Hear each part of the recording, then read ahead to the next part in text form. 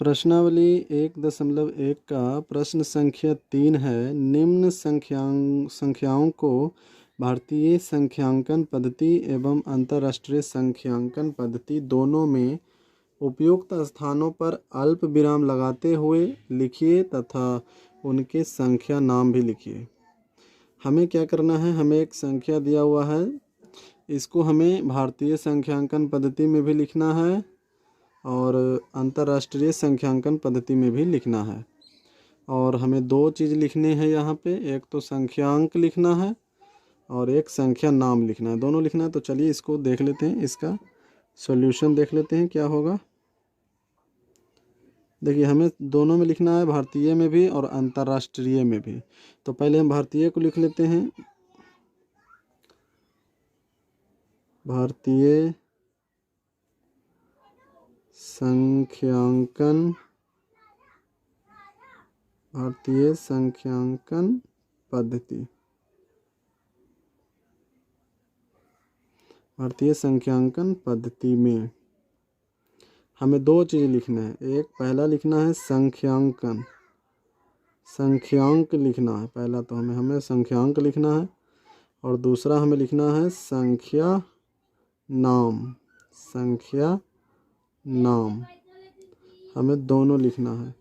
संख्यांक, तो संख्यांक लिखने के लिए क्या होता है कि भारतीय संख्या पद्धति में जो संख्यांक होता है उसको पहले हम जितना है उतना को हम यहाँ पे पहले उतार लेंगे। 8 7 5 9 5 7 6 2। और जो भारतीय संख्यांकन पद्धति होता है उसमें जो कॉमा लगाने की जो बात है, अल्प विराम जो लगती है वो इकाई दहाई सैकड़ा, पहले जो है इकाई दहाई सैकड़ा पे 3 अंक पे कॉमा लगती है। उसके बाद हमारा क्या चलता है, 1000, 10,000, लाख, 10 लाख, करोड़, 10 करोड़, अरब, 10 अरब, खरब, 10 अरब, इस तरह से दो दो का संख्या चलता है। तो इसी तरह से इसमें क्या होता है कि पहले 3 अंक के बाद कॉमा लग जाता है अल्प विराम, और फिर 2 अंक के बाद अल्प विराम, फिर 2 अंक के बाद अल्प विराम, फिर 2 अंक के बाद 2 अंक के बाद। कहने का मतलब है कि भारतीय संख्यांकन पद्धति में क्या होता है कि जो संख्यांक होता है उसमें जो अल्प विराम होता है वो प्रथम 3 अंक के बाद होता है और फिर उसके बाद 2-2 अंक के बाद जो है ना सीक्वेंस में क्रम में चलता जाता है। अब इसका संख्या नाम लिखना है, तो संख्या नाम लिखने के लिए हम इसमें क्या करेंगे, इसको हम देखेंगे इकाई दहाई सैकड़ा, 1000, 10,000, लाख, 10 लाख, करोड़। 8 पे करोड़ आ रहा है तो क्या लिखेंगे 8, और 8 पे करोड़ आया इसलिए 8 करोड़। उसके बाद इकाई दहाई सैकड़ा, 1000, 10,000, लाख, 10 लाख। चूँकि 7 पर 10 आ रहा है इसलिए 2 अंक को लेंगे, तो 2 अंक को लेंगे तो 7 है और 5 है, तो 7 पर 5 75 होता है। तो क्या लिखेंगे 75, 75, और 75 पे क्या आ रहा था लाख, तो 75 लाख हो जाएगा। उसी तरह से फिर पढ़ेंगे इकाई दहाई सैकड़ा, 1000, 10,000, फिर 10 आ रहा है तो 10,000 आ रहा है तो 2 अंक को लेंगे। जहाँ पे भी 10 आ जाएगा उसके जस्ट आगे वाले को भी हम लेंगे, मतलब 2 अंकों का लेंगे। तो 10 आ रहा है तो 2 अंक यहाँ हम क्या क्या है 9 है और 5 है, तो 9 पर 5 95 होता है, तो 95 लिखेंगे। 95। अब चूँकि 95 पे 1000 आया था इसलिए 1000 यहाँ पे हम लगाएंगे, 95,000। अब 95,000 हो गया। इकाई दहाई सैकड़ा, सैकड़ा आ रहा है तो सैकड़ा किस पे आ रहा है 7 पे आ रहा है, तो 7 सैकड़ा को बोलते हैं 100, तो 7 100 हो जाएगा। और इकाई दहाई, दहाई माने 10, 10 जहाँ भी आएगा तो 2 अंकों को लेंगे, तो 6 पर 2 62, तो 62 यहाँ पे हम लिखेंगे 62। और यहाँ पे हमारा भारतीय संख्यांकन पद्धति में हो गया। अब इसी को हमें अंतर्राष्ट्रीय संख्यांकन पद्धति में भी लिखना है, तो अंतर्राष्ट्रीय संख्यांकन पद्धति में भी हम इसे देख लेते हैं। क्या लिखेंगे अंतर्राष्ट्रीय संख्यांकन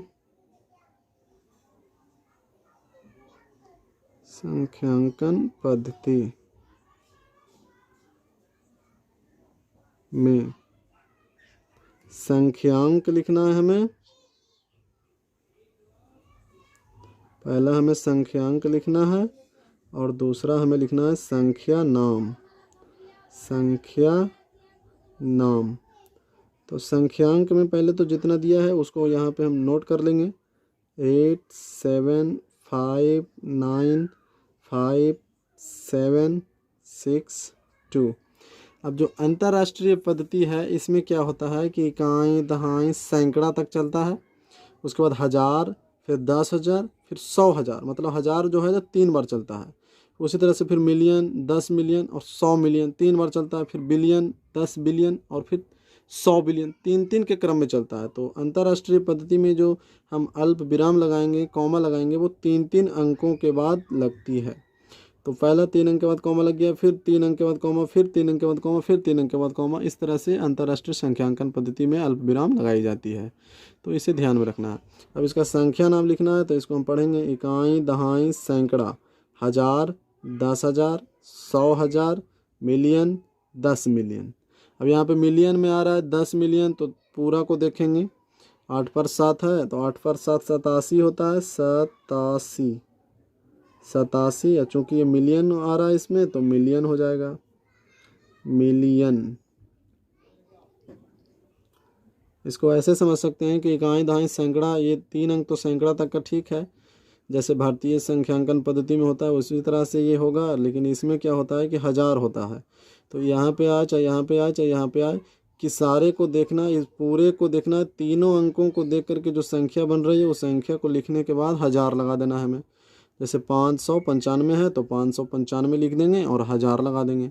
उसी तरह से तीसरा हिस्सा में आएंगे, जैसे ये पहला हिस्सा 3 अंकों का पहला हिस्सा, फिर 3 अंकों का दूसरा और फिर 3 अंकों का तीसरा। तो पहला जो होता है वो तो इकाई, दहाई, सैकड़ा होता है, दूसरा हज़ार में आता है और तीसरा जो आता है वो मिलियन में आता है और चौथा जो होता है वो बिलियन में आता है। तो इस तरह से भी इसे हम देख सकते हैं।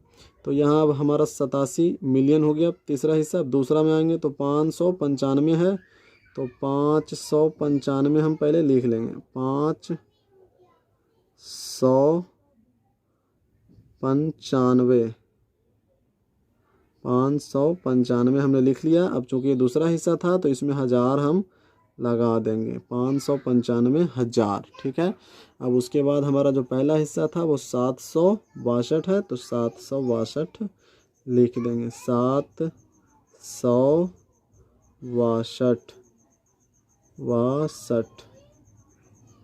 ये हमारा हो गया भारतीय संख्यांकन पद्धति में और ये हो गया अंतर्राष्ट्रीय संख्यांकन पद्धति में। तो हमारा दोनों हो गया। हमें 2 चीज़ें पूछ रहा था कि आपको अल्प विराम लगाते हुए लिखिए तथा उसके संख्या नाम भी लिखिए। तो अल्प विराम लगा दिया हमने और संख्या नाम भी हमने लिख दिया। तो दोनों हमारा हो गया। ये हमारा हो गया आंसर।